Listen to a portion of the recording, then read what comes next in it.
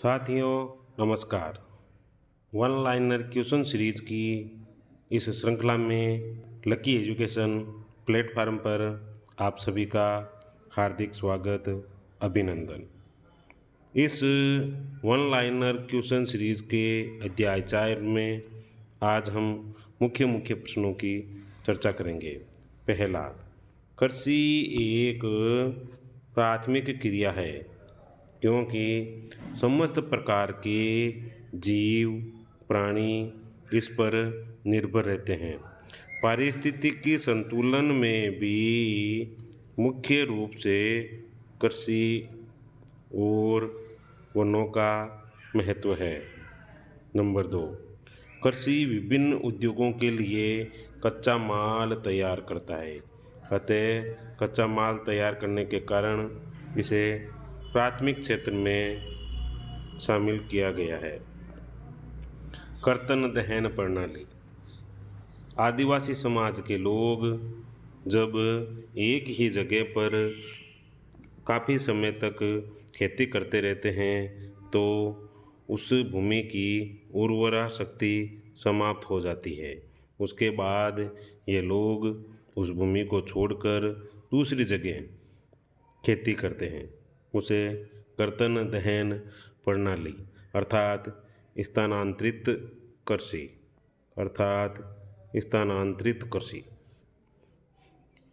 चाय, कॉफ़ी, रबड़, गन्ना महत्वपूर्ण रोपण फसलें हैं। इसके साथ केला को भी शामिल किया जा सकता है। कर्तन दहन कृषि को पूर्वोत्तर राज्यों में, उत्तरी पूर्वी राज्यों में जूमिंग कृषि कहा जाता है। उत्तरी पूर्वी राज्य सेवन सिस्टर, और सेवन सिस्टर का सूत्र याद है, अनाम मित्र अमे, अनाम मित्र अमे। आगे, रबी की फसल को शीत ऋतु में बोया जाता है और ग्रीष्म ऋतु में काटा जाता है। जो फसल जिस ऋतु में काटी जाती है उसको उस नाम से भी जाना जाता है। जैसे रबी का अन्य नाम उन्नाळू, रबी का अन्य नाम उन्नाळू, जिसका मुख्य कारण है ग्रीष्म ऋतु में काटी जाती है और उसका नाम उन्नाळू। इस ऋतु की मुख्य फसलें गेहूँ, जौ, मटर, चना, सरसों आदि। खरीफ की फसलें जून जुलाई में बोई जाती है और सितंबर अक्टूबर में काटी जाती है। जो फसल जिस ऋतु में काटी जाती है उसी का दूसरा नाम। अतः खरीफ की फसल का दूसरा नाम सियाळू। खरीफ की फसल का दूसरा नाम सियाळू। Very important. खरीफ की फसल याद करने का मुख्य सूत्र है, जैसे ही विद्यालय शुरू हो जाता है जून जुलाई में और इधर फसल की बुआई शुरू हो जाती है। याद करने का दूसरा ट्रिक, रबी अभी, रबी अभी। जिस समय 10वीं क्लास की परीक्षाएं होती है उसी समय रबी की फसल को काटा जाता है। अतः उस समय आप याद रख सकते हो रबी अभी, रबी अभी। चावल, मक्का, बाजरा, ज्वार, सोयाबीन आदि खरीफ की मुख्य फसलें। गेहूँ भारत की दूसरी सबसे बड़ी खाद्यान्न फसल है। प्रथम खाद्यान्न फसल चावल, इसे दूसरे नाम से धान भी कहा जाता है। रबी की फसल के लिए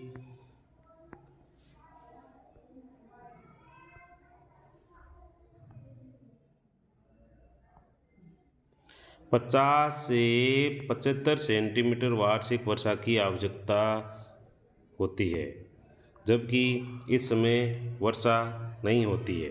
अर्थात रबी की फसल मुख्य रूप से सिंचाई पर निर्भर है। ज्वार, बाजरा, रागी, इनको कहा जाता है मोटे अनाज। मोटे अनाजों में मुख्य रूप से पोषक तत्वों की भरपूरता पाई जाती है। Very important. दालें, फलीदार फसल सभी दालें, इनमें दूसरा रूप होता है तिलहन। वे फसलें जिनसे तेल निकाला जाता है, वो तिलहन। भारत विश्व में दालों का सबसे बड़ा उत्पादक और उपभोक्ता दोनों ही। सबसे ज़्यादा पैदावार भी यहीं पर और सबसे ज़्यादा उपभोक्ता मतलब खरीदार और खपत भी यहीं पर। आगे, दालें सबसे अधिक प्रोटीन का पोषक तत्व। इम्पोर्टेंट। दालें भूमि की उर्वरा शक्ति को बनाए रखती है, उसे उसकी उपजाऊपन कभी भी खत्म नहीं होने देती है। अगला, गुजरात मूंगफली उत्पादक में प्रथम और गुजरात में भी राज्य जिला राजकोट। चाय एक रोपण फसल है। चाय, कॉफ़ी, गन्ना, केला, चावल आदि। असम, दार्जिलिंग, तमिलनाडु मुख्य रूप से चाय उत्पादक राज्य। हमारे देश में अरेबिका किस्म की कॉफ़ी पैदा की जाती है। भारत में कॉफ़ी यमन से लाई गई थी।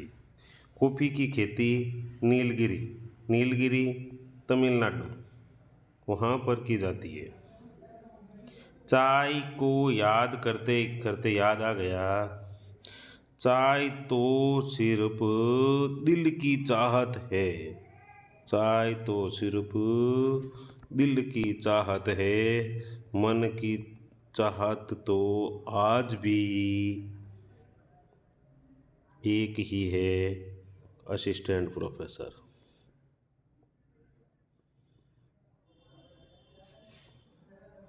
रबर, कपास, जूट रेशेदार फसलें कहलाती है। वापस, रबर, कपास, जूट रेशेदार फसलें कहलाती है। अगला सवाल, रबड़ यूरोपीय क्षेत्र की फसल है। रबड़ भूमध्य रेखीय क्षेत्र की फसल है। भूमध्य रेखा जैसे भारत की स्थिति के थोड़ा सा नीचे जो रेखा गुजरती है, भूमध्य रेखा। रबड़ मुख्यतः भारत में केरल, तमिलनाडु में उगाया जाता है। रेशम के कीड़ों का पालन कर रेशम उत्पादन किया जाता है। इसे इंग्लिश में कहते हैं सेरीकल्चर। और ये रेशम के कीड़े शहतूत के पेड़ पर पाले जाते हैं। इम्पोर्टेंट, ये रेशम के कीड़े शहतूत के पेड़ पर पाले जाते हैं। कपास काली मृदा में जिसका सर्वाधिक उत्पादन होता है।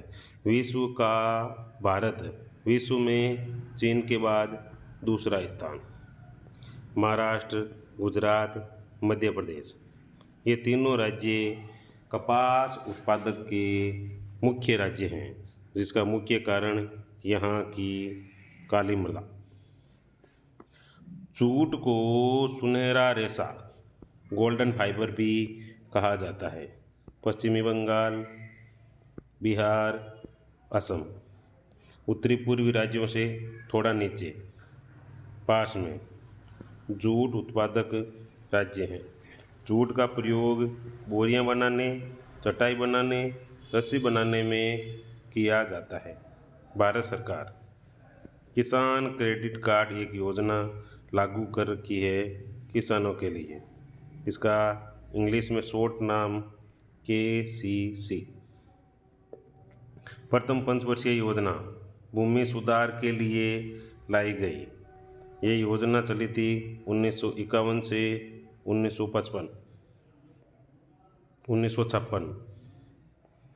विनोबा भावे। भूदान आंदोलन। भूदान आंदोलन के प्रणेता ये थे विनोबा भावे। विनोबा भावे द्वारा भूदान ग्रामदान आंदोलन को चलाया गया था, जो कि एक अहिंसात्मक आंदोलन था। इसी कारणवश रक्तहीन क्रांति भी कहा जाता है। ग्राम स्वराज की अवधारणा गांधी जी की। महात्मा गांधी जी ने विनोबा भावे को अपना आध्यात्मिक उत्तराधिकारी घोषित किया था। आज के इस वीडियो में इतना ही। मिलते हैं अगले वीडियो में। तब तक के लिए नमस्कार। जय हिंद।